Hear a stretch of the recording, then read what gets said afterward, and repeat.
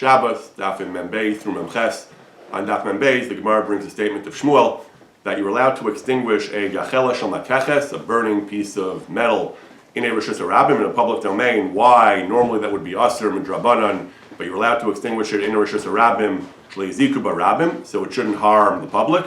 Avalo gachela shel eitz, but not a wooden coal, a piece of wood that's burning. What's the difference? The Gemara makes it clear that gachela shel mateches is not a malacha deraisa to extinguish, so we can do an iser drabanan to save the rabbim from harm. Gachela shel eitz, that's the malacha of kibui, that's a malacha deraisa. The Gemara goes on, the Gemara explains whether it's really kibui deraisa depends on the machlokes Rabbi Yehuda and Rabbi Shimon about malacha shein tzricha legufa, a malacha done for a different purpose than the primary purpose. Kibui is aser if you're trying to make coal, you're trying to make pachamim. Here the kibui is to save the rabbim, so it's malacha shein tzricha legufa. According to Rabbi Yehuda, the Gemara explains it's malacha deraisa. That's what Shmuel holds here, and that's why they were not matir, even for the benefit of the rabbim. According to Rabbi Shimon, it's malacha drabanan, so they were matir just as they were matir gacheles shel mateches. The Gemara goes on, similar halacha, coats per rishus harabim. You have a thorn, a sharp thing in rishus harabim that can injure people, so you can't do malacha deraisa. You can't carry it in a rishus harabim more than 4 amos. But you can carry it pachas midal amos. You can carry it a distance of less than 4 amos at a time, which is not hotzah deraisa. So they allowed you to do that to avoid the harm to the rabbim. In a karmelis, in a place that's not a rishus harabim, so hotzah, regardless, is only drabanan. You can carry it as far as you want. But again, they were mekil and hotzah midrabanan to avoid harm to the rabbim. This is how we paskin. Like gacheles in a rishus harabim, if it's gacheles shel mateches, you can certainly extinguish it. Gacheles shel eitz, the Mechaber brings 2 opinions. First he says there's no difference, it's mutter. Then he says the Rambam paskins like Rabbi Yehuda, malacha shein tzricha legufa is deraisa, and therefore you're not allowed to extinguish gacheles shel eitz. Mishnah Berurah, the Aruch HaShulchan, brings from the Eli Rabbah that we paskin, at least in this context, we paskin, not like the Rambam, we paskin that even gacheles shel eitz may be extinguished to forestall harm to the rabbin. The poskim do add, though, a number of qualifications to this dispensation. Mishnah Berurah brings that this heter to extinguish the gacheles is only when there's no other solution. There's no place we can put it to avoid it being in a place of danger to the rabbin. If you can move it without extinguishing it, that is certainly preferable, yoser tov, to do that. Mishnah Berurah explains that this heter is only to avoid personal injury to the public, hezek of the rabbin, but hezek de mamona, there is no justification to do even an isur drabanan to avoid hezek de mamona, to avoid financial harm. The Aruch HaShulchan says that this idea that we're matir isur drabanan for a public benefit, to avoid public harm, he says this would be a justification for putting out fires. The Gemara, the early post, can talk about whether you can extinguish a fire, house catches on fire. Can you do that on Shabbos? And the Gemara is not so sure that you can. If people are in danger of their lives, obviously you can. But if it's just a question of the house burning down, isolated barn, nothing else is going to catch fire, all the humans are out of the house, then there's no heter. Simply to avoid financial loss, you can't be matir kibui. Later poskim discuss that bisman hazeh, it is a sakana, the houses are close together, and other reasons why bisman hazeh we have to do it. Aruch HaShulchan says this is another heter, that if your house is on fire, even if all the humans are out of the house, or if the house burns and burning embers and coals are going to fall into the street, and people are going to trip over them and get hurt and get burned, so therefore it's a zeked rabbim, even if nobody's life is in danger, but burning coals falling into the street, burning embers of your burning house falling into the street, it's a zeked rabbim, and he can extinguish them to avoid the damage to the rabbim. The other halacha of a thorn in rishus harabim is also brought in the Shulchan Aruch. There the Mishnah Berurah brings the machlokes. He says that the Rivash says that Magen Avraham brings the Rivash that if the thorn is large and easily visible and therefore easily avoidable, you're not allowed to move it because there's no hezek. People will see the coats and walk around it. There's no need to move it out of the way. However, the Magen Avraham is not sure the Rivash is right. The Daf Shabbos defends the Rivash. So it's machlokes achronim whether something which is dangerous but is easily noticed and easily avoided, whether we have this heter to do an isur drabanan to remove it from its place of danger. Another halacha, another restriction Mishnah Berurah brings, he says it's mashma in the Magen Avraham. This is only if the thorn was not there on Erev Shabbos, it came on Shabbos. If it was there on Erev Shabbos, you should have removed it on Erev Shabbos, and they weren't matir to remove it on Shabbos. The Eli Rabbah disagrees. Eli Rabbah says it's always mutter, even if it was there on Erev Shabbos. I don't really understand the Magen Avraham so well. Maybe you noticed it Erev Shabbos, but the public didn't notice it. But also talking about a case where everyone in the city noticed it, and everyone could have removed it, and nobody bothered to remove it. But if you happen to notice it and nobody else did, Maybe you should have done it before Shabbos, but why should the public have to suffer because you couldn't be bothered to remove it before Shabbos? Anyway, it's machlokes. The Mishmur also adds, we find elsewhere in Shulchan Aruch, that if a person breaks glass in his house, a common occurrence, you break a glass, there are bits of glass on the floor, so you're allowed to clean up the glass even though the glass is muktzah, even though that involves moving muktzah, so people shouldn't get injured by the broken glass. There's no rabbin. The heter in these cases is only if there's a hezek of the rabbin. Public domain, inside your house is not a public space, generally, so why are you allowed to move the glass? Mishnah Berurah explains, the Isser Muktzah is more lenient. The Isser Muktzah is a relatively less stringent Isser. That prohibition they allowed you to violate even for a hezek of just the members of your household. The Isurim of carrying in a Carmelist or carrying less than 4 Amos in Rosh Hashanah, those are more stringent prohibitions. Those that were only lenient when there's actually a corresponding danger to the rabbin, but for private individuals, no. Contemporary poskim discuss whether you're allowed to shovel snow, break up ice, pour ice melt and sand and salt on snow and ice on Shabbos. The first question is it actually usher? So the poskim go through all kinds of issues with soser, with boner soser, uvdin b'chol, and muktzah, and nolad, all kinds of questions about whether there's any isser or not. But some poskim say, the Maram Brisk and the Lev Avram both suggest that if we assume it's usher, but the isser is only midrabanan, uvdin b'chol, or so on, that's an isser drabanan, tirchan Shabbos, isser drabanan, we can be lenient to avoid hezek to the rabbin. People can slip and get hurt on the snow, and the snow is in a public place. So even if there is an isser, if the isser is only midrabanan, we can be lenient to avoid potential harm to the public. That's what the Maram Brisk paskins. Lev Avram points out that according to the Rivash, it's something that's large and easily visible, then there's no heter because there's no danger. People will just avoid it. So snow is easily visible. So maybe there's no heter then. He says, okay, so maybe that's true, he says, but a case where the snow is difficult to avoid, certainly something like black ice, we could suggest, where it is difficult to avoid, then certainly there would be a heter of tzarech rabbin. Not tzarech rabbin, but a heter to avoid hezek of the rabbin. Tzarech rabbin is a lesser heter, but the need to avoid hezek to the rabbin, it allows us to violate isurim midrabanan. The Gemara brings a brisa, you're allowed to put machlokas b'sham and Beis Hillel, we pass like Beis Hillel, you're allowed to put hot water into cold water into hot water. Shammai says only hot into cold and not cold into hot. We pass like Beis Hillel, they can put hot into cold into hot. Tosha says right away that the heter Beis Hillel is only klisheni. We're going to see more about klisheni soon, but only in a klisheni, not the original pot in which the water was heated up, the pot in which the water was poured into. Klisheni is not mavashal, so you can pour hot into cold or cold into hot, but not into a klirishan. That's what we pass in Shulchan Aruch. You're allowed to pour hot into cold or cold into hot like Beis Hillel, but only in a klisheni, not in a klirishan. But even in a klirishan, there is a heter if you pour so much cold water into the hot, or so little hot water into the cold, that it won't get heated up, it won't reach the temperature of Yad Soledes, then it's mutter, because there's no bishul happening. Either way, we're matir. The Chayadim says that's only if you pour the whole thing in one shot. But if you're pouring, let's say, a large amount of cold water into hot, even if it's tons and tons of cold water, but if you pour a little bit at a time, that first bit is going to get heated up. And even though later it'll all cool down, that's too late. You already violated the Isser of bishul. So this heter of pouring a large amount is only if you pour it in all in one shot. Even if it will warm up, that's okay. Even if it'll be figut sinasan, it'll take the edge off the cold. Mishnah Berurah explains even if they'll actually get a little bit warm, as long as they won't reach Yad Soledes, that's still okay. The next Mishnah is the canonical formulation of klirishan and klisheni. It says ha'ilfis v'akadera, pots and pans that you took off from the stove, they're still hot. You're not allowed to put in spices because the klirishan, even when it's off the fire, is mavashel the spices. The raw spices will be cooked in the klirishan.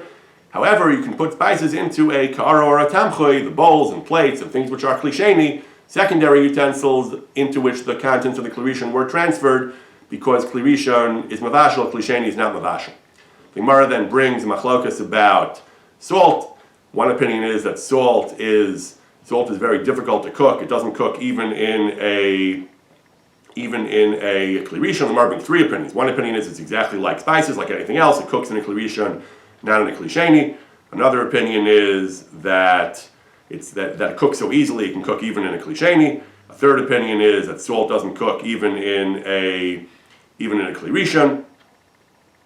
Lahalacha Tosa says that it would seem that we paskin like the lenient view, but then he says maybe not. He says someone who's machmer doesn't put it even into a klisheni is tavo ala bracha. Both opinions are brought in Shulchan Aruch. The basic rule of klirishan mavashel, klisheni is not mavashel, is brought in Shulchan Aruch. As long as it's Yatzel Ledes, both Chlirishan is Mavashal, but Klisheni is not.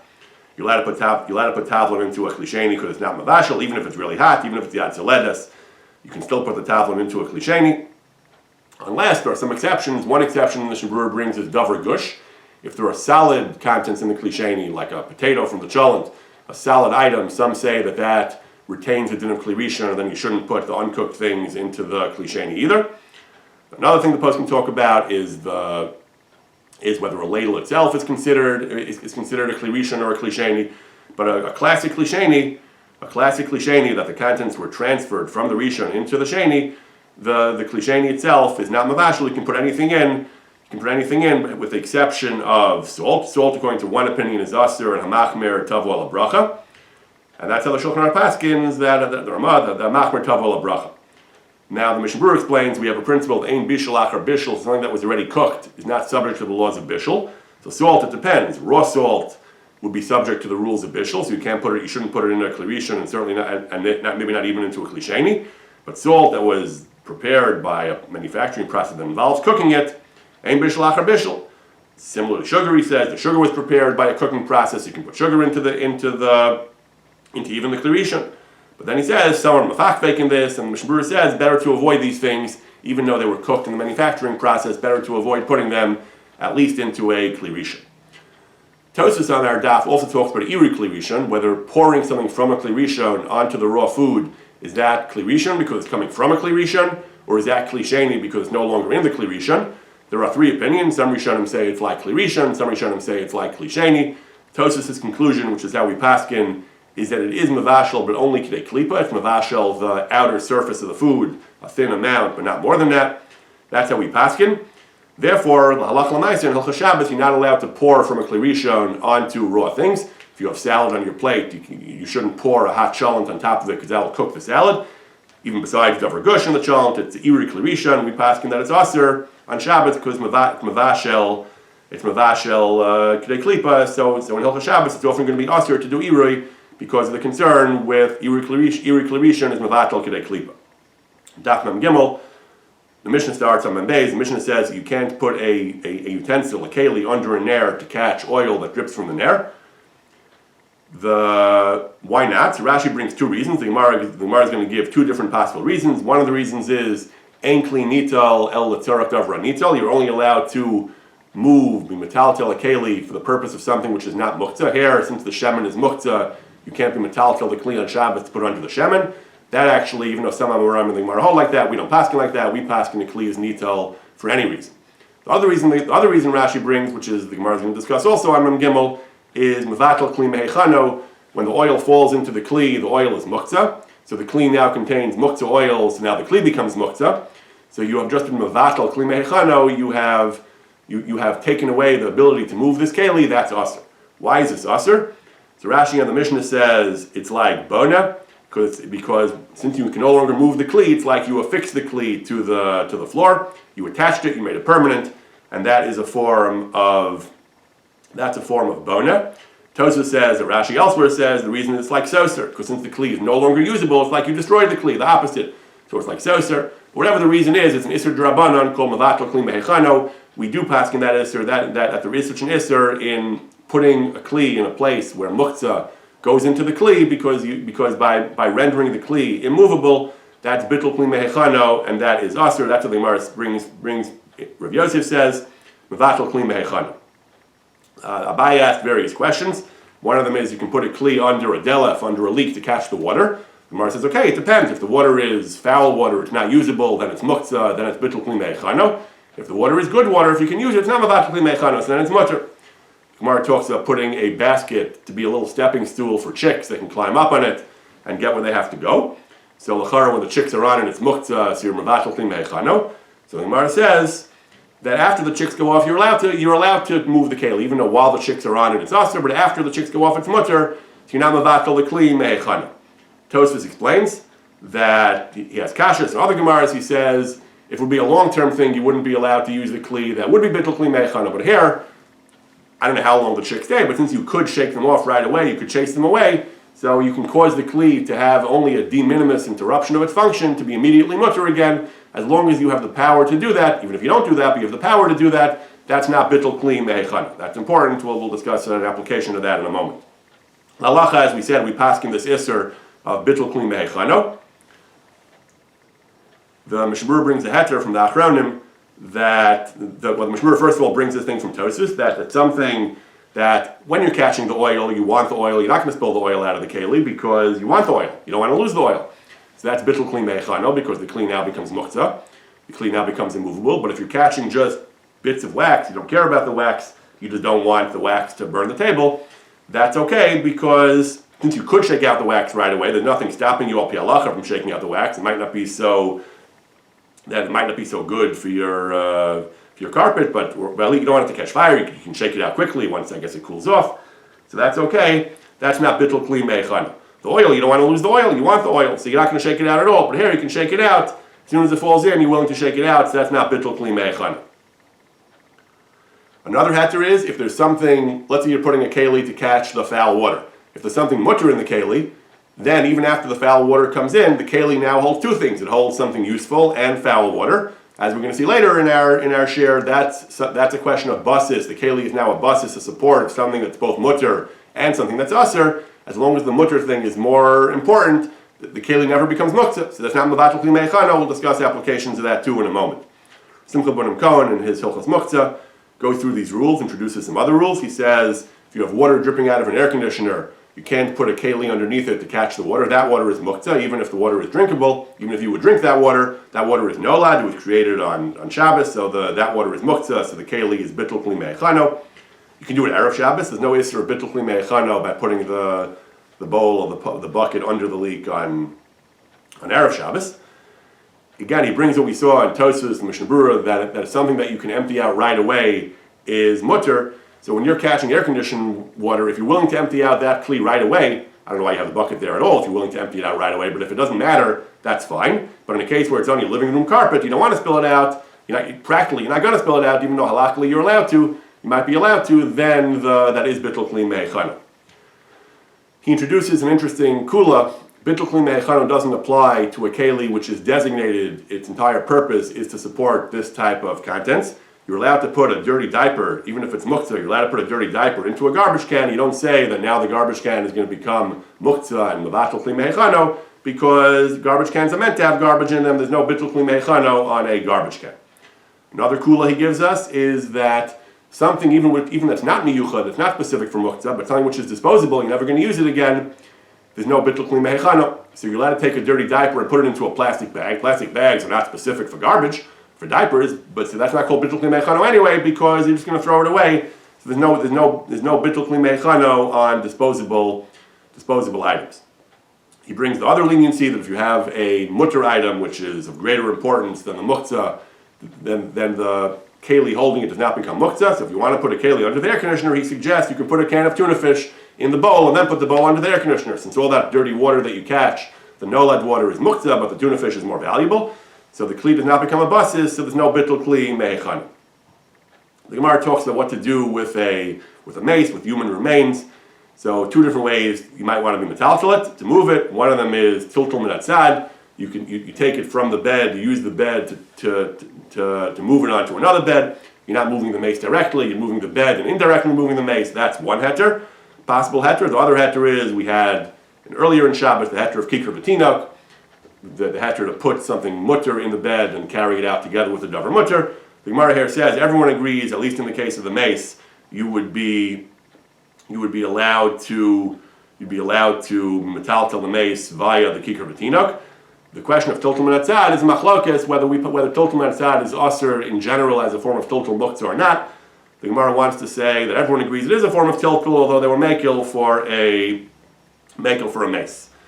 So that's how we pass. We pass when tiltul min hatzad is generally a form of muktzah and is generally aser, but there are leniencies for a mace. The Shulchan Aruch paskins, if you're worried about the mace being damaged as a fire, so the heter of kikar v'tinok is certainly fine. If you have two beds and you can do tiltul min hatzad, we're mekel also, even though in general tiltul min hatzad is aser, but they were mekel for the mace. If not in the case of the dleika, if there's no fire here, then Tiltul Natzad is Asr, so they weren't matur, and certainly for no great need at all, they were not matur Tiltul Natzad. We paskin Tiltul Natzad is Asr. However, Tosas makes an important distinction. Tosas has questions, and Tosas concludes with a distinction. Tiltul Natzad is only Asr when it's for the Davar HaAsr, for the Muktzah. When it's for a Davar HaHeter, when it's for a mutter item, for a mutter purpose, then Tiltul Natzad is mutter, and that is how we paskin. That if you have Tiltul Natzad, Tzarek Davar HaMutter, you have a vegetable that's partly buried in the ground. You want to eat the vegetable, you're going to pick it up, you're going to move the dirt. The dirt is muktzah, but you don't care about the dirt. You're moving the vegetable because you want to eat the vegetable. If the vegetable is totally buried and you have to actually move the dirt apart with your hands, that's also, you can't move muktzah, even if your purpose is to get to the Davar Heter. But if the vegetable is half out of the ground, you can just grab the vegetable and yank it out, even though that will shake off dirt. That's fine, because that's Tiltul Natzad, L'tzarech Davar HaMutter. Shulchan Aruch elsewhere talks about clearing off your table. So he says if you have garbage on the table which is completely muktzah, even animals can't eat it. So then you can't lift the garbage and put it in the garbage. What you can do is you can shake the table off. You can pick up the table and shake it off. Why? Because again, that's Tiltul Natzad, L'tzarech Davar HaMutter. You're not interested in the garbage. You want a clean table. So that's Tiltul Natzad. You're moving the garbage via the table. Tiltul Natzad, L'tzarech Davar HaMutter. That's okay. Mishnah Berurah brings a ruling of the Taz that another way to clear off the table, even if you're dealing with bona fide muktzah, is take a knife. Take something and use the knife to scrape off the garbage and knock it onto the floor, into your garbage, wherever you want to knock it. That's also Tiltul Natzad, because you're not moving the garbage directly, you're moving them with the knife. Some poskim can disagree, Shulchan Aruch Harav, the Chazon Ish, they suggest that that's not Tiltul Natzad. The knife is like an extension of your hand, it's a Yada Arichta, that's considered Tiltul Gomer, that's Asr, even with Tzarek Davar HaMutter, but the Mishnah Berurah rules leniently like the Taz, that you're allowed to metaltal muktzah as long as it's Tzarek Davar HaMutter. If you do it via an implement, via a knife, that's a legitimate form of Tiltul Natzad, which is mutter if it's Tzarek Davar HaMutter. Daf Mem Daled, the Gemara brings several different opinions about the permissibility of being metaltal and ner, an earthenware or metal lamp, a thing that's used to hold oil and wicks. So there are several different opinions. There's an opinion of Rabbi Yehuda that says that a cheres ner becomes mos, it becomes revolting once it gets all greasy and oily. So once it's yasher and once it's used, it's aser. But if it's fresh, it's mutter. Other neres of metal don't become mos. We don't paskin like that.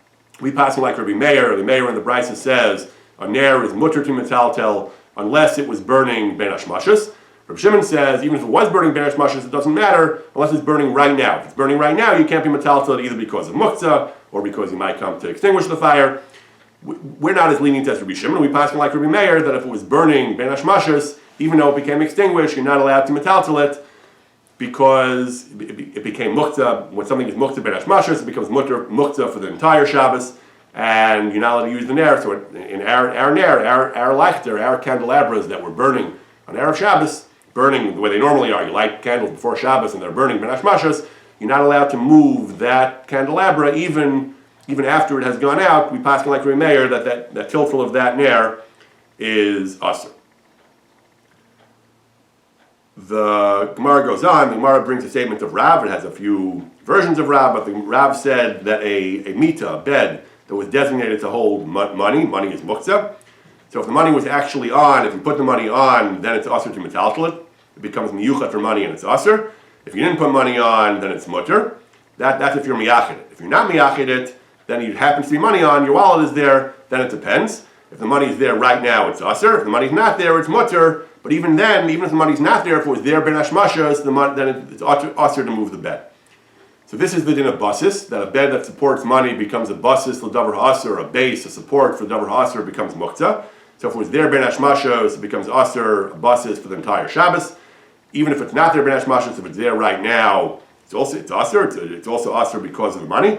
If it's not there right now or ben hashmashos, then if you're not miyachid it, it's fine. If you were miyachid it, the Gemara says if you never put the money on, it's not asr. If you put the money on at least once and you're miyachid it, then it is asr. It becomes miyuchat for money and it's asr. That third din is a machlokes rishonim. Some rishonim don't paskin like that. They say that din of Rav, that once you're miyachid it for money, even if there was no money on it for the entire Shabbos, it's asr. That din is based on Rabbi Yehuda Shita, who has a much stricter understanding of muktzah. We pass like Rabbi Shimon, we have the more lenient understanding of muktzah, so we don't have that chomer at all. Other Rishonim do pass like it, Rabbeinu Tam. So that's a machlokas whether the yichud is an issue or not. But putting aside the question of yichud, the other two dinim are are fundamental principles of muktzah. Something becomes a basis for muktzah if the muktzah is on it right now, or if the muktzah was on it ben hashmashas, even if it subsequently became removed, then it's still aser because it was a basis of davar ha'aser ben hashmashas. And that's the din of basis, which for several daf here we're having various applications of this din of basis. On Daf Hey, the Gemara talks about, again, we have a lengthy discussion about the various opinions of muktzah, the Rabbi Shimon, the more lenient opinions, Rabbi Yehuda, the stricter opinion.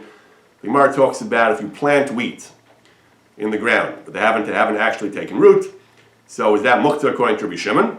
The Gemara says that here, where it's dachi b'yadayim, where you deliberately planted it, you knew it was planted, you assumed they would sprout and grow, and you didn't plan on eating them on Shabbos. Maybe Rabbi Shimon would agree with that form of muktzah. Odilma lo shna. The Gemara says, no, we're lenient. Ein muktzah Rabbi Shimon. According to Rabbi Shimon, which is the view that we follow, there is no such muktzah. The only type of muktzah is shemen shebener. The oil in the ner is muktzah. B'shah shu'idolek. Here, the reason the Gemara gives that while the ner is burning, Rabbi Shimon shita is, it doesn't matter ben hashmashas. It matters right now. While that we don't pass like we pass ben hashmashas is aser, but the reason for the muktzah is because hoel v'huktzal mitzvaso huktzal isuro. It was huktzal mitzvaso. Elsewhere we said the other reason that the ner, while it's burning, you can't take it out because that would be a kiboy of the ner. But either way, Rabbi Shimon holds it has to be there right now. He's not concerned with huktzah migudis katzai ben hashmashos. We're machmer, even if it was there ben hashmashos, it's awesome. But that's the only kind of muktzah according to Rabbi Shimon. The chitim in the ground, or the eggs that were placed under the chicken, even if you put them there, you expected them to hatch, and so on. Doesn't matter. They're not muktzah, even though you're dachi b'yadayim, even though you put them there deliberately. Rashi explains the only thing that's aser. Later in the sugya, the Gemara talks about if you have dates that are unripe and you put them in baskets so that they should ripen, are they muktzah or not? They are dachi b'yadayim, but they're still edible. So we say again, ein muktzah Rabbi Shimon el groger tzmukin bilvad. The only kind of muktzah aside from the shemen shebener is different types of figs which are not roy at all. At this stage in the development, they're not roy. They have to be not dachi b'yadayim. They have to be dachi b'yadayim that you deliberately said not using them, not going to be used on Shabbos, and they're actually objectively not roy, they're not suitable to be eaten. That's how we paskin that grogers v'timukin and shemen shebener is aser, even according to Rishimon, but these other examples are not, and that's how we paskin. The Shulchan Aruch says, ein shum ochel, no food that's tolish, it's not connected to the ground, can be muktzah as long as it's roy l'achilas. Anything that meets those three criteria, it's food, it's not connected to the ground, and it's edible, is not muktzah. Mishnah Berurah explains, if it's not food, there are many cases of muktzah. There's muktzah machos cheser and kiss, and so on, and rocks and stones are also muktzah, but anything that's food, and it's tolish, if it's connected to the ground, Rishon agrees that it's muktzah. If an apple that was on a tree, ben hashmashos is muktzah, or we pass as muktzah if it was on ben hashmashos. That certainly is muktzah, but if it's food, not rocks, and it's not attached to the tree, ben hashmashos was already off the tree, and it's roy lachila, it's not like the figs that are unripe in that early stage, then that's not muktzah. For example, those dates and other, even if they're reserved, they're designated for commercial purposes, for selling, they're not muktzah. Wheat that you put on the ground, they haven't taken root yet, they're not connected to the ground, they're not muktzah yet, eggs under the chicken, all these things are, even though they're dachi b'yadayim, you deliberately, consciously said, I'm not going to use them, it doesn't matter, since they're objectively suitable to be eaten, there's no muktzah. Those dates also, which they're not completely ripe, you put them in the baskets as mutter. Grogers v'tzimukin, the figs and the raisins, that right now you can't eat them because they're having an intermediate stage where they're masrichos, they're foul, they're not edible.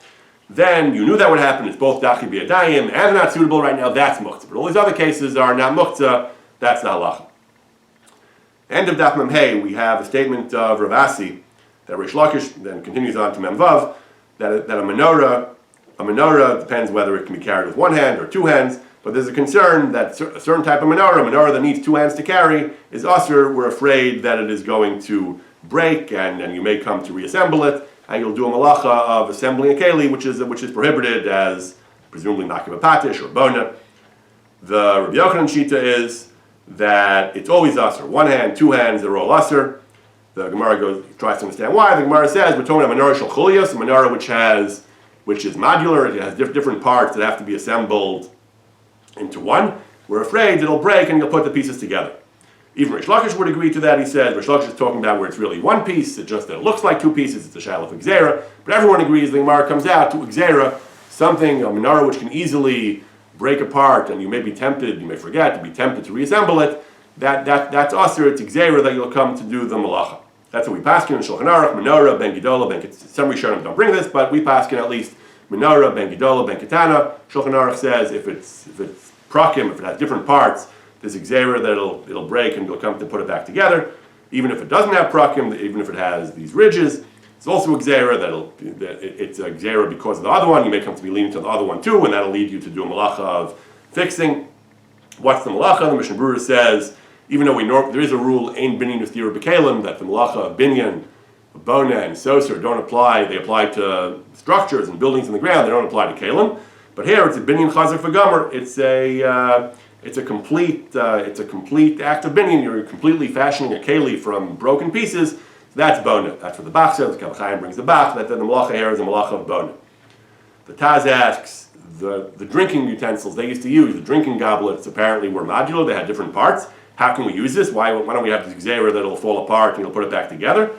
So the Taz says because we're going to see later in our share that certain types of modular items, if the derech is not to stick them together in a firm and tight way, then that's not the malacha of boner makim patish, and therefore there's no gzeira. The Taz says our drinking goblets, unlike this menorah that apparently pieces were stuck together firmly and tightly, our drinking glasses, even when you assemble them, you just put them together loosely, and therefore there's no malacha, and therefore there's no gzeira that they'll fall apart.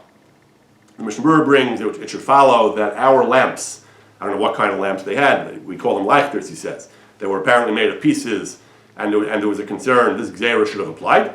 So the Mishnah Berurah says it will be usher, and the Shulchan Aruch passes elsewhere that you're allowed to metaltel a leichter if it wasn't used on Shabbos. That must be a single piece leichter, but not our leichters, which are made of multiple pieces. Elsewhere, however, the Mishnah Berurah brings in Siman Shin Yud Gimel that even if you can't assemble arbitrary kalim, you can't stick kalim together, that's only the types of kalim that typically, if you can't even, that there the halacha is, you're allowed to use those kalim, you just can't actually reassemble them if they broke, but there's no issue in using the kalim. Mishnah Berurah says the gzeira of our siman only applies to a menorah specifically because it easily comes apart. And similar kalim that easily come apart, and there's a concern that they may happen while you're carrying them and you'll reassemble them. But something which doesn't usually fall apart, there's no gzeira that you may come to, it may happen to fall apart and you'll reassemble it. So our leichters, Bisman says, I saw a contemporary writer wants to be lenient. He argues that ours are not made out of prakim. Mishnah Berurah indicates that a leichter which is not made out of pieces, there's no gzeira. Even though in the time of Chazal, that they were gozer, even on single piece leichters, that's because some of their leichters were multiple pieces. But today, where they typically are single pieces, that's fine. Certainly, like Mishnah Berurah says in Shin Yud Gimel, that types of kalim which don't typically fall apart are mutter. So our leichters, even if there are modular ones, I don't think they easily fall apart. That would be a basis for leniency that our leichters are typically one piece and they typically don't fall apart. So this halacha doesn't have major ramifications. Bisman hazeh. I saw Rav Shlomo Zalman Auerbach brings an interesting point. There was an old famous machlokes among the Achronim whether winding a watch is mutter on Shabbos or not. Some felt that winding a watch could be the malacha of boner or makim patish because it's not functional, it's not operational while it is wound down. You can't use it, so by winding it, you're reactivating and making it work. So some felt that was a malacha. Says Rav Shlomo Zalman, that should be like menorah shel prakim. You can't carry a menorah shel prakim because it may fall apart and you may be tempted to reassemble it. So why are you allowed to wear a watch? Maybe your watch will stop and you'll wind it up again. So Rav Shlomo Zalman says it's not such a question because the keli, when the menorah, when it falls apart, it looks awful. You see pieces all over the floor, you'll be tempted to quickly assemble it. But a watch, it doesn't look broken, even though you'd rather it tells the time. You don't see this as quite as desperate a situation. Also, he says the menorah falls apart while you carry it, you jostle it falls apart. So that's why there goes there, but the watch doesn't stop because you're wearing it. So he says, in general, we can't be mechadesh, we can't innovate our own gzeros. Chazal prohibited menorahs. We can't make conceptual leaps and extend it to things like watches. So in general, you're allowed to carry things on Shabbos, even though they could potentially lead to a malacha, except in specific cases where Chazal prohibited it, like menorah shel prakim. Another example is playing music. Chazal said something might break and you might fix it. So in certain specific cases, Chazal make gzeros, but in general, we don't just say maybe something will go wrong and you'll do a malacha. We don't make our own gzeros. The Gemara brings the statement we've been talking about for a while already. It says that even according to Rabbi Shimon, a ner is muktzah because the ner, that's the receptacle of the oil itself, the shemen, the oil in there, the wick, all those things are all muktzah, even though they're not inherently necessarily some things that should be muktzah according to Rabbi Shimon. They're all basis l'davar aser, they're all basis to the shalheves. The flame itself is considered aser, and all the other parts of the nair are all considered basis to that, and they're all aser. As we'll see soon, that extends all the way down, turtles all the way down, that extends to the nair itself, and it extends to the candlestick, and it extends to the tray on which the candlestick is placed, and it extends to the tablecloth on which the tray is placed, the chadgadya maybe, and it extends to the table on which the tablecloth is placed, all the way down. They all become buses to that tiny little shalhevis all the way on top. We'll discuss some exceptions to that soon, but that's in principle, that's the halacha.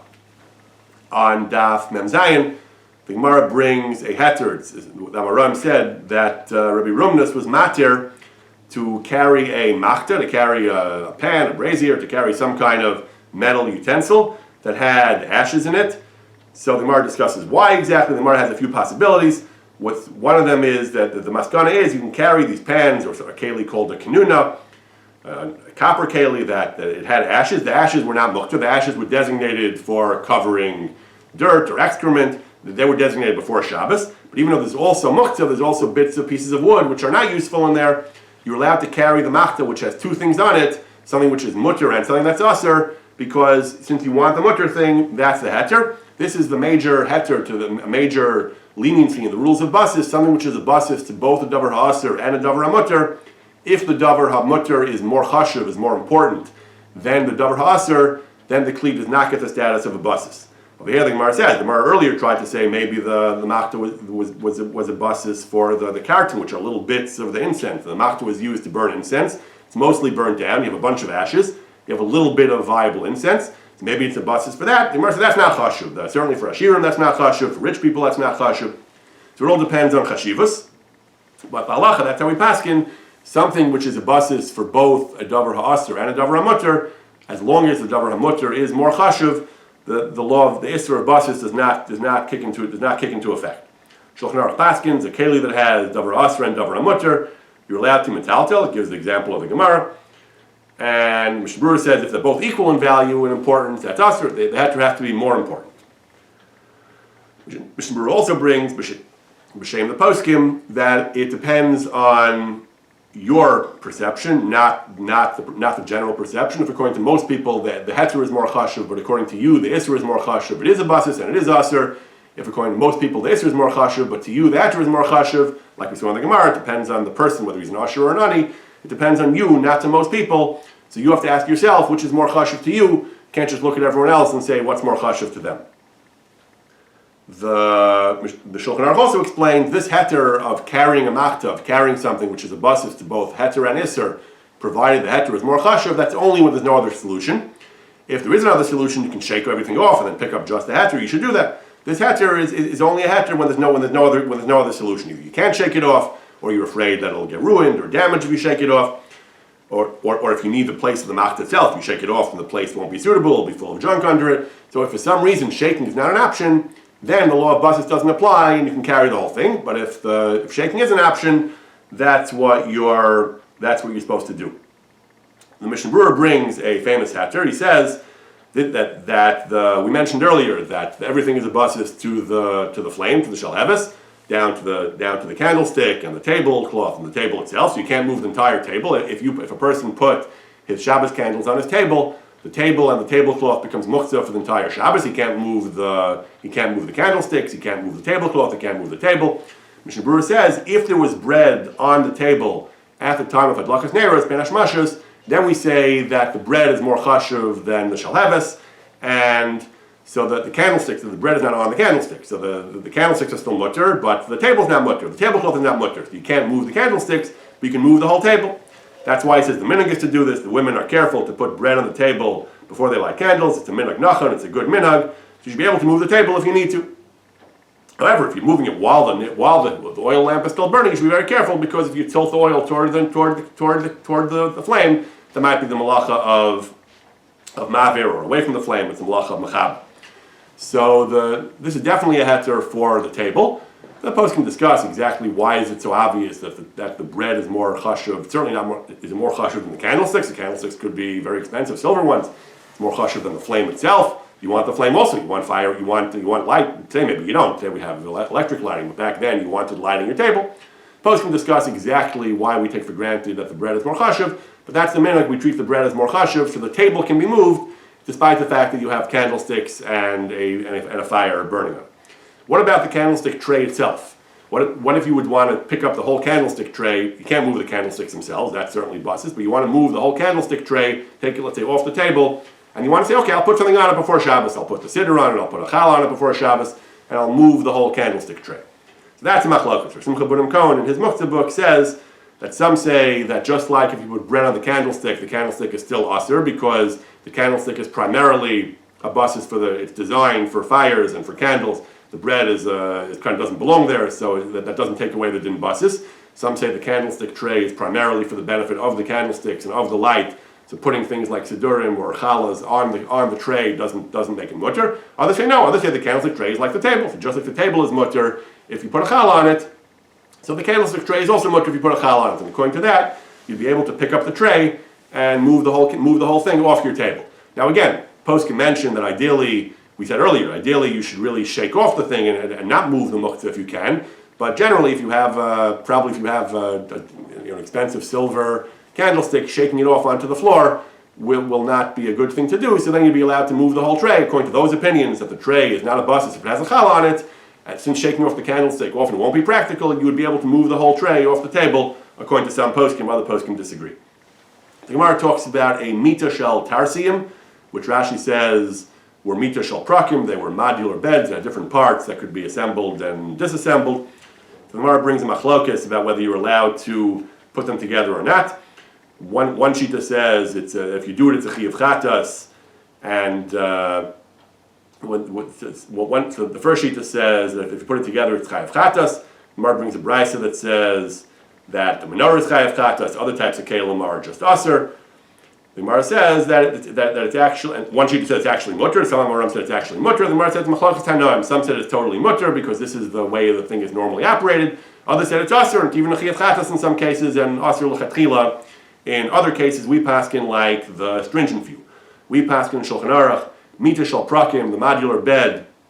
You're not allowed to reassemble it on Shabbos, and if you do, and you reassemble it tightly, taka, you stick it in, it's chayav chatas, it's an issur d'oraisa, you chayav chatas for it, and it's also to put it back together even without putting it in so tightly, because it's exera that you may come to tighten it. That's a major theme in the laws of boner or makam patish, because they even think, which are not technically midaraisa, a firm and tight enough assembly, since you might come to do it more tightly, that's exera drabanan, that you may do that, so it's asma drabanan even without tight assembly. If you do a tight assembly, what's the isser?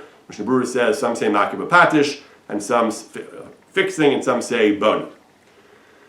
There are some exceptions to this. Something which is not typically put tight, something which is darkalias refuya, typically left loose, there's no gzera, because what's the gzera that you may come to do it tightly? It's not usually done tightly, so why would you think you would do that? Then it's mutter, even l'chatchila.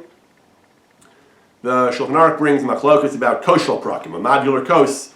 Some say you're allowed to assemble it, some say you're not, it's like the bed, the Mishnah Berurah explains. Some say that these koshos, like we saw earlier from the Taz, they weren't typically assembled, so they weren't typically stuck together so tightly, so there's no gzera that you'll come to stick it really tightly. And others say that no, the derech is to make it somewhat tight, so this gzera, they were gozer, that putting it together at all is gzera that you might come to make it at least somewhat tight, and that's us, or at least midrabanan. The Taz brings a very important leniency. The Taz says when you have covers of kelim, covers of utensils, then even if it is tight, that you're allowed to put on a lid which fits tightly on, that it doesn't matter. There's no makam patish, there's no bona on closing a lid of a soda bottle very tightly, even though when I do that, my wife and child often come to me and say, can you please open this? We can't open it. It doesn't matter that the putting a lid on tightly is okay, because the Taz explains, because it's the derech is to open and close it all the time. Post can use language like derech tashmisho, that's the way it's used. That's not called, I now fashioned a bottle, that's the way it's used. You open it, you close it, and that's all fine. Contemporary poskim especially have spent a lot of time struggling trying to delineate what's called derech tashmisho, what's called the way you use something as opposed to fixing and building something. We mentioned earlier the debate about the watch. Is winding a watch, is that called, you fix the watch, or that's how you use the watch? It winds down, you wind it back up again. They talk about wind-up toys and wind-up baby swings. Forget electric ones, but even just ones that have springs and are mechanical, that you wind them up. When you wind the swing, did you fix it, or is that derech tashmisha? It's like opening a door and closing a door, like opening a lid of a jar and closing the lid, and so on. Post can debate all these things, how to define what's called derech tashmisha, what's called using it and mutter, and what's called fixing and reassembling is a very difficult and very, very subtle topic to understand all the cases, what's usher, what's mutter. Rabbi Ribiat, in his 39 Halachos, brings one example of this halacha, though, that is usher, and this, I think, is the consensus of the poskim. Common question, the person has an eyeglass lens that popped out of the frame on Shabbos, so putting it back in tightly and snugly could even be malacha deraisa. It's basically a permanent repair. It's not derech tashmisha. It's not supposed to come in and out all the time. So that's makiv patish. Even if the frame is a little bit loose, the frame has become distended, and now putting it in is not going to be so tight. So maybe that's not a malacha deraisa, but you have the gzeira. The gzeira here, you can't put things in even loosely because you might come to make it tight. So here, if you put it in loosely, then you might just give the screw a few twists, and that's making it tight. So that would be a gzeira, at least midrabana, that would be yasser as makiv patish. However, he does have a leniency for those who wish to avail themselves or that don't have stylistic concerns about this. If the frame is broken and you want to just put the lens in and put it there with rubber bands or tying it with bows and not with knots, you can't use tape. Tape is tougher, he says, but you want to wrap strings and rubber bands around your lens to hold it in place. That's A, it's not really makiv patish because it's obviously and essentially temporary, and B, it can't lead to making it any tighter. There's nothing to tighten. The frame is broken, so in such a case, that would be okay. The Mishnah says, end of the parak, it says that we had this earlier in the sugya of bittul kli meichano and the ner. So this Mishnah was brought there, but it says that you can put a keli under the ner to catch the sparks, the burning things that pop out of the fire, but you can't put water in because the water will extinguish the fire. The Gemara asks, what about bittul kli meichano, the keli that the sparks are muktzah, they're going to fall in and be muktzah? Not a problem because ein b'ha mamish, there's nothing really there, so the keli never becomes a basis to anything substantial and never really becomes muktzah. What about kiboy? What about machabes? So the Gemara talks about gram kiboy. The Gemara says that this is gram kiboy, certainly if you do it before Shabbos, causing kiboy to happen indirectly might be okay. But here it says that putting water in is considered kiboy mamish. Mekarev es kibuya, Rashi says it's machabe mamish. Putting water into the keli underneath on the bottom of the ner, that when it burns down will go out from the fire. That's kiboy mamish. Even if you're doing it here before Shabbos, even before Shabbos, it's also to put water. Even though normally we had earlier in Masechah Shabbos, you're allowed to start any malacha erev Shabbos in general, even if it goes by itself on Shabbos. You're allowed to light candles, they keep burning on Shabbos. So this is more chamer. For some reason, the Rabbanan were more machmer here, either because people might be tempted to do it on Shabbos. It looks less like a malacha. For whatever reason, they were more machmer here. You're not allowed to put water in the bottom of the thing that will extinguish the fire when it reaches it. At least not if that's your intention, because that's an Isser Midrabanan, you need to do that even Erev Shabbos. Daf Memches, before we get to Daf Memches, one last point, Mishmur brings from the Aliyah Rabbah, that if there's a danger of dleika, if you're worried that your candle might get out of control and start a fire, then you are allowed to put water in to extinguish these parts of the candle that are going to fall down or burn down to stop them from starting a fire. Mishmur gives the example, the candle is leaning and tilting over, you're afraid it's going to fall onto the table, you're allowed to put a bowl of water underneath to catch it when it falls in. Megadim is not convinced that's right in either of these cases, apparently. Even the first case, which comes back to the Isser V'Heter, even that case is he's not sure is right.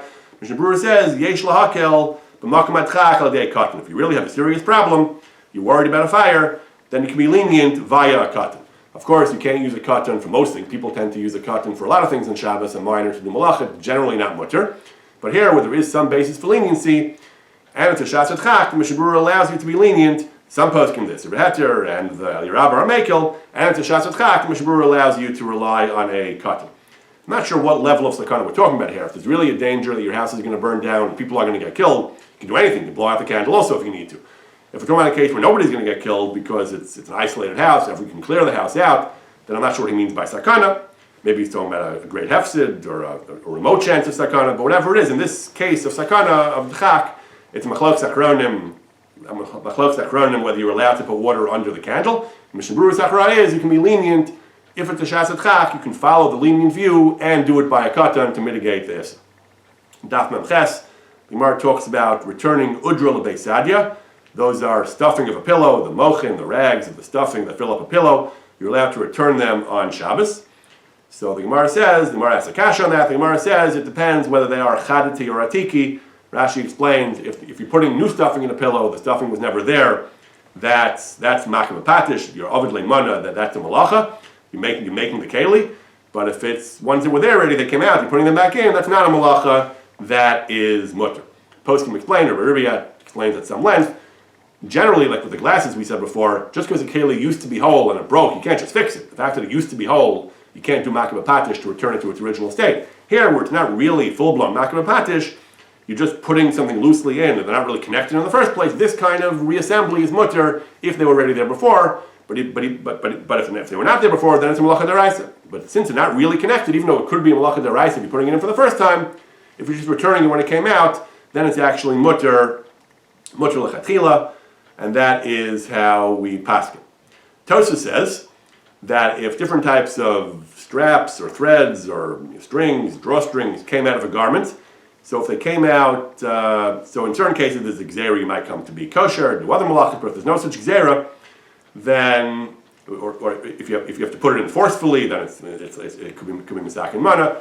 But if it's but things where the derech is not to do it forcefully, like we said earlier, if the derech is not to make it tight, then it's mutter. The fact that you're putting it back in, it's like the Gemara says. It's like if they're atiki, if the string came out and you want to put it back in, that's okay because that's the same heter of atiki. That if two things which were loosely connected or not really connected at all, one came out of the other, you can reassemble it.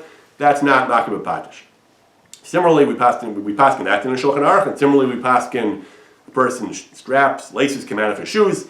So then the halacha is you're allowed to return them. You can't make knots, but you're allowed to return the laces to the shoe on Shabbos. However, the Mishnah Berurah brings that the implication of Tosfos is that to put laces into a new shoe that they weren't there before, that's usher.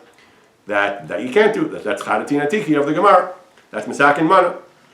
And however, one exception is a belt. A belt, you're allowed to put it in even for the first time into a pair of pants because you're not fixing anything, you're not making anything, you're not mavashal it there. It's two separate items of clothing which are worn in close proximity. You're not making a belted pair of pants. So a belt you can always put it in and out, but something which is meant to set it and forget it, to put it in and leave it there like a shoelace or like the drawstrings of garments, putting it in could be a malacha deraisa if it's for the first time, but it's mutter if it was there before and you're just putting it back in. Mishnah Berurah also brings from the Aliyah Rabbah, even returning it is only mutter if it is the same shoelace, but a new shoelace, a new ritzua, is usher. There's a common situation. Your shoes rip, you buy a new pair of shoelaces, you didn't get a chance to do it before Shabbos, common or not common, it happens. So the halachos, you're not allowed to put it in. If it's a new lace, if it's your old lace that you took out to clean your shoe or something and you forgot to put it in before Shabbos, or you deliberately didn't put it in before Shabbos, you can return the old lace on Shabbos. But if you bought a new pair of laces, even if the shoe previously had laces, post can say, but this is a new pair, you can't put the new pair in for the first time on Shabbos. The Gemara also says, Matirin beis hatzavar b'Shabbos avalo poschen, that if you have a garment that needs a hole for the neck, so if the hole was never made before, you're cutting out the hole for the first time, that's usher. That's a malacha deraisa. But if the hole was there, just that while they were washing it, that they tied it with strings to keep it shut, that you can untie on Shabbos. Why are you allowed to untie them on Shabbos? Normally, matir, untying a knot, is a malacha. Why may this not be untied? Mishnah Berurah explains this knot is considered a kesher she'ena shel kayama. When the launderer makes this knot, he knows they'll be opened forthwith by the consumer by the customer when he gets his shirt back. So that's called a kesher she'ena shel kayama klal, and it's mutter to open that knot on Shabbos. Yesh machmirin, the Mishnah Berurah says. Some say this is only mutter if he actually expected it was same-day laundry service and he actually expected the customer to open it on the same day. But the first sheet at least says that since he knew the customer would open it when he got it back, even that's called Eina Shel Kayama, and that's mutter. Contemporary posts can discuss when you get packages, buy things in the store, and they have strings and stuff tying them up. Are you allowed to untie knots in those strings? So Ribiyat says in his 39 Halachos, there is a basis to say, a firm basis to say, that knots that are meant to be untied, to make a thick knot with a thick rope that's easy to grasp and untie, then again the store knows that that's going to be opened by the customer, and even if they don't actually open the same day, the Mishnah Berurah at least has one opinion. The first opinion is that's fine as long as those knots are tied that way only until the customer gets it. Then that's still called the kesher she'ena shel kayama. However, he says, and certainly in cases where the knots are tied very tightly and they're very thin, they're really not practical to open, and the expectation is the customer is just going to cut the string. and the bakery may expect that. They want to make a very tight knot for freshness, and they expect you to just slash them open. In those cases, the knots might be considered a knot shel kayama. So l'chatchila, he recommends that you cut the string and don't untie it because untying it could really be a malacha of matir in such a case. Similar discussion I once saw about things. Poskim discuss things like the tabs on diapers, where if they come with adhesive, it's attached to them. So if you want to use the diaper, can you remove those tabs on Shabbos? So one of the questions is, do we look at those things as tfira or as kesher shel kayama? On the one hand, they could have been on the store shelves for months, for a long time. On the other hand, they're not meant to be permanent. They're meant for the customer as soon as he uses his diaper to open it up, and you put it on the baby, and it doesn't last on the baby for a long time either. So that's all not shel kayama. So I believe I once saw that some posts can bring this argument that that's not called shel kayama.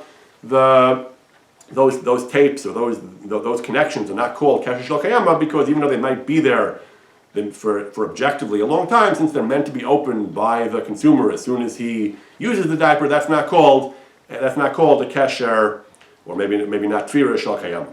We mentioned that lo poschin. The Gemara says that you can't cut the hole in the shirt for the first time. That we say is ein poschin osim echadash. You can't open it in the first place. Misakin mana. That's a form of makiv patish, and that therefore is a malacha, presumably a malacha darais.